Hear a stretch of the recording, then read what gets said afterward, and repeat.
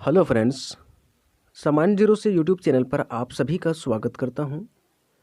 इस वीडियो में हम लोग भारत के उद्योगों से संबंधित इम्पोर्टेंट क्वेश्चंस और फैक्ट पर चर्चा करेंगे।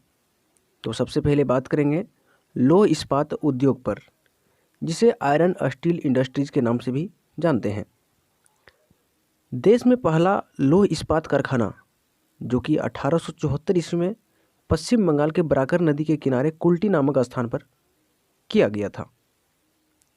उस समय इसका जो नाम हुआ करता था वह बंगाल आयरन वर्कर्स हुआ करता था, जिसका शॉर्ट फॉर्म BIW के रूप में स्थापित किया गया था।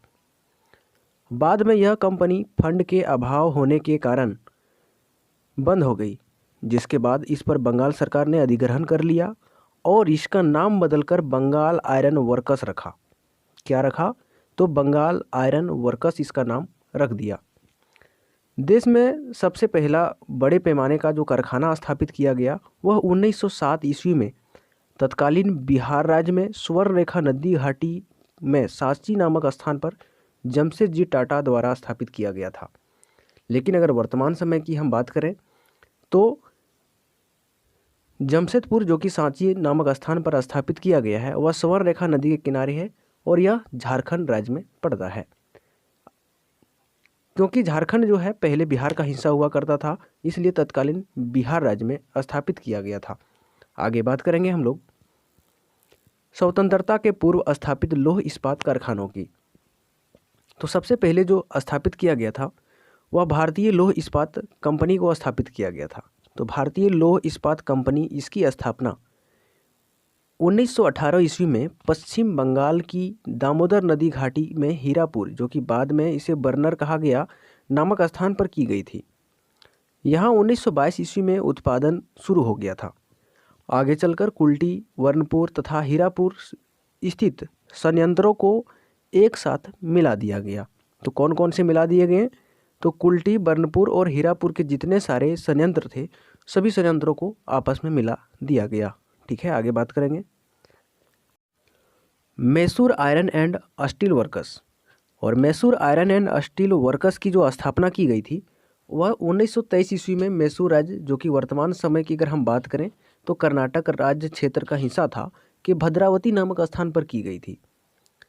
इसका वर्तमान नाम Visvesvaraya iron and steel company limited है, जिसका शॉर्ट फॉर्म की अगर हम बात करें तो VISCL है। तीसरा की अगर हम बात करते हैं तो स्टील कॉरपोरेशन ऑफ बंगाल, और इसकी स्थापना 1937 ईस्वी में की गई थी। तो स्टील कॉरपोरेशन ऑफ बंगाल की स्थापना कब की गई थी? 1937 ईस्वी में, जो कि वर्णपुर पश्चिम बंगाल में पड़ता है। बाद में 1953 में इसे भारतीय लौह इस्पात कंपनी में मिला दिया गया। तो 1953 में कहाँ मिला दिया गया? तो भारतीय लौह इस्पात कंपनी में इसको मिला दिया गया। आगे बात करेंगे हम लोग स्वतंत्रता के पश्चात स्थापित लौह इस्पात कारखानों की, यानी कि देश आज़ाद होने के बाद कौन कौन से नए नए कारखाने लगाए गए। तो दूसरी पंचवर्षीय योजना काल, जो कि 1956 से 61 ईस्वी तक रहता है, में स्थापित कारखानों के नाम, जैसे कि पहला जो कारखाना स्थापित किया गया था वह भिलाई इस्पात संयंत्र था। इसकी स्थापना 1955 ईस्वी में की गई थी, जो कि तत्कालीन मध्य प्रदेश के भिलाई दुर्ग जिला जो पड़ता है वहाँ पर स्थापित किया गया था, जो पूर्व सोवियत संघ की सहायता से की गई थी। अर्थात कहने का मतलब है भिलाई इस्पात संयंत्र की जो स्थापना की गई थी वह पूर्व सोवियत संघ की सहायता से इसकी स्थापना 1955 में की गई थी, जो कि दूसरे पंचवर्षीय योजना का कार्यकाल था। 1959 में इसमें उत्पादन प्रारंभ हो गया था। और अगला की बात करेंगे तो Hindustan steel limited Rourkela. Hindustan steel limited Rourkela, इसकी स्थापना जो है वह 1959 ईस्वी में ओडिशा के राउरकेला नामक स्थान पर पश्चिम जर्मनी की सहायता से की गई थी। यहाँ से इम्पोर्टेंट क्वेश्चन ये बनता है कि हिंदुस्तान स्टील लिमिटेड राउरकेला की जो स्थापना की गई थी वह किस देश की सहयोग से की गई थी? तो इसका उत्तर होगा पश्चिमी जर्मनी के सहयोग से किया गया था। लेकिन भिलाई इस्पात संयंत्र का नाम पूछे तो सोवियत संघ के सहयोग से किया गया था। ठीक है, आगे बात करेंगे हम लोग और इस प्रकार तीसरे प्रकार की हम बात करें तो हिंदुस्तान स्टील लिमिटेड दुर्गापुर था। इसकी स्थापना 1956 ईस्वी में पश्चिम बंगाल के दुर्गापुर नामक स्थान में ब्रिटेन की सहायता से की गई थी। 1962 में इसमें उत्पादन कार्य जो है वह प्रारंभ किया गया था। तो इस प्रकार हम कह सकते हैं कि दूसरी पंचवर्षीय योजना काल में कुल 3 नए संयंत्रों को चालू किया गया था, स्थापना किया गया था।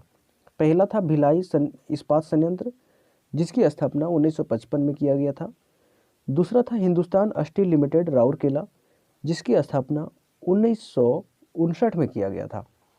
और तीसरा था हिंदुस्तान स्टील लिमिटेड दुर्गापुर, जिसकी स्थापना 1956 में किया गया था।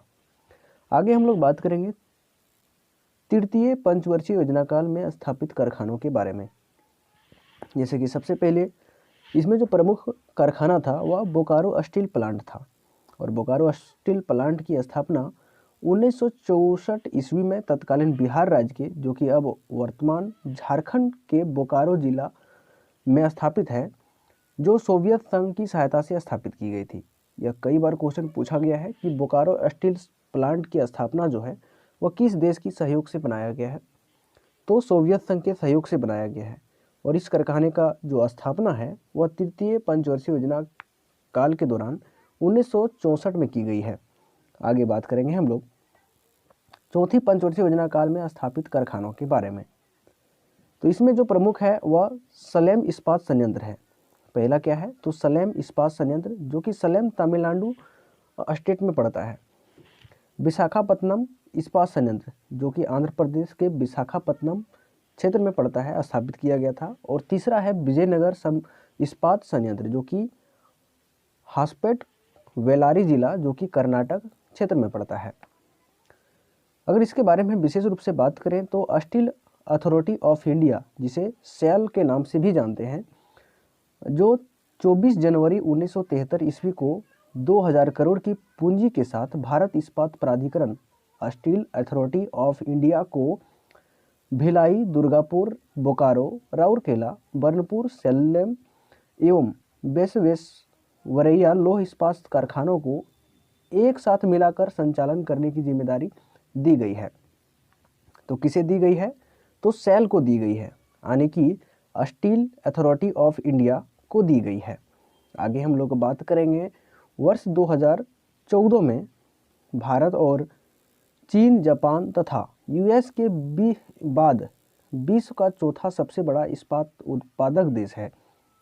तो 2014 ईस्वी में भारत जो है वह चीन, जापान तथा यूएस के बाद है विश्व का चौथा सबसे बड़ा उत्पादक देश। पहले नंबर पर कौन आता है तो पहले नंबर पर चीन है, दूसरे नंबर पर जापान है और तीसरे नंबर पर यूएस की बात कर सकते हैं, और चौथे नंबर में हमारा प्यारा भारत। स्पंज आयरन के उत्पादन में भारत का विश्व में प्रथम स्थान है। बहुत इंपॉर्टेंट फैक्ट है कि स्पंज आयरन यानी कि स्पंज लोहे के उत्पादन में भारत का जो स्थान है वह पहला है। भारत का पहला तटवर्ती इस्पात कारखाना विशाखापत्तनम, जो कि आंध्र प्रदेश में लगाया गया है। तो तटवर्ती पहला कारखाना कहाँ पर है तो विशाखापत्तनम, जो कि आंध्र प्रदेश राज्य में पड़ता है। अगला बात करेंगे हम लोग एल्युमिनियम उद्योग के बारे में।